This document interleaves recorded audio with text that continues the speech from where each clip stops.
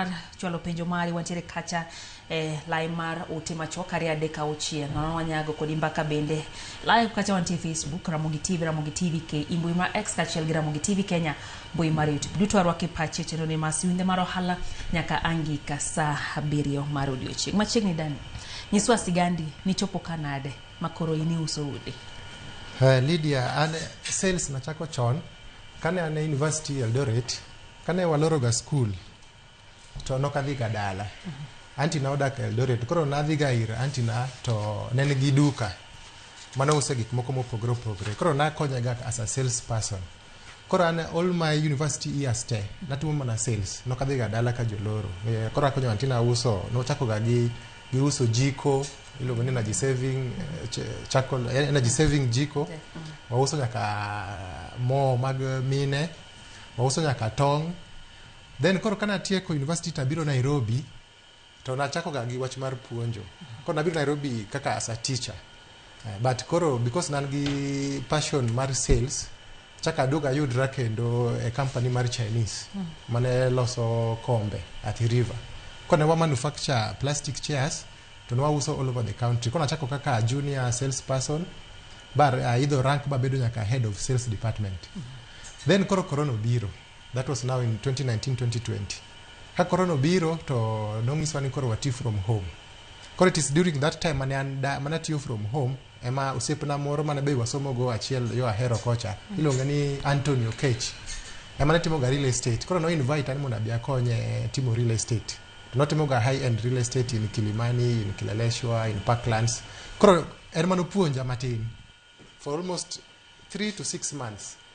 and then koro ka corona rumo that is now 2021-2022 kanyo wadok koro kendo tiyo ka Chinese but passion mar uso ute naneno ka ng'eny moingo kendo koro wach mar uso kombe koro kanya mana resign officially tabiro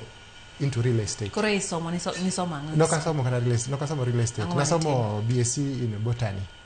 it was botany BSc botany koro wano jok mondo betimo research in labs or in agricultural extension research but koro being life the way it is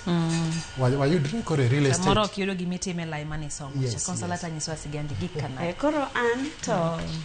na kata an kana dongo mamwa kwanza en jawala koro anana ng'at modonge tiyo ohala kachakre tin na nwadhi chiro uso gik matindo koro bang' tieko form 4 to nitie friend na moro manodak ga Nairobi to nen ga gi duka mar uso sude mag ji koro luonga ka dala nikech ngin kwan tieko form 4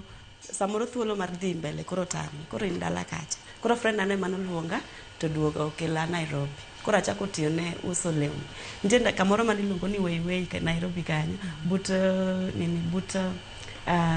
bomb blast but railways kocha yes koro kanyo eko ema nachako timo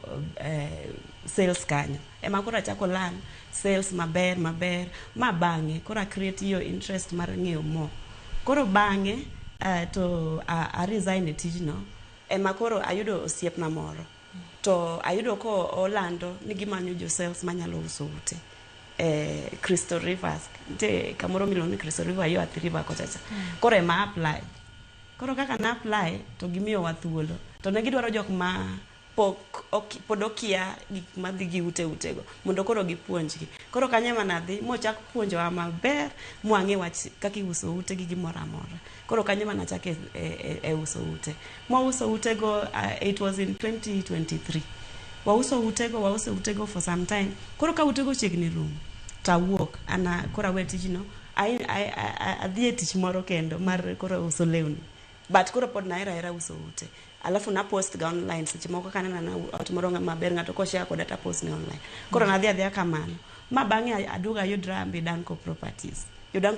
ne dwaro ng'at manyalo timo ne gi sales koro kanye mana aduga yudra Danco Properties koro sani atimo ne Danco Properties sales machiegni ahinya kapok adhi ir ker duogiri Dan uso udi what does it take kawang'o mondo mi usot mondo usot actually uso ot luore wan mwa uso to be clear from the beginning one also high end real estate koro one also ute in high end location ma Nairobi koro kichako kwano gi from Karen wauso ute Kilimani wauso ute Kileleshwa Lavington wauso ute Westlands Parklands Runda koro ute mene no wauso kago ino ka bechgi ni malo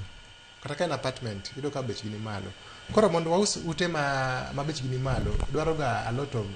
iluongo ni strategic marketing. Mano gima watiyo go sana sana. Koro ino ka watimo marketing wa to watemo timo what is called targeting marketing, where we target a particular individual. Ko nyaka wang'e clientele manyalo nyiewo those kind of houses. Koro sama watimo ga marketing wa watemo ga we use online, but we do what is called paid advertisements, and we try to target clientele ma work also in the same location ma use utegi. So it requires, number one, strategic marketing. Number two, you must do extensive marketing. If possible, kinyalo kata afford keto property TV or billboards or any nyalo timo extensive marketing. Kamora mora ngato nyalo neno odno nyaki team. Then nyaki bedi koro smart wakati unaenda for presentation. Kasama koro kelo client biro timo presentation mara ot nyaki bedi ngato ma smart. And then nyaki wacha diera. Ngato mondo spend millions ge mang'eny odwaro ni ing'ise adiera, ok odwaro ni riambo in the middle. Onyalo paro ka ima in ng'at moro ma dwa kwalo pesane. Ko nyaka bed dar adiera, bi ng'ise kaka odno chal, kantie defects nyaki wach, kantie hidden cost nyaki wach. Koro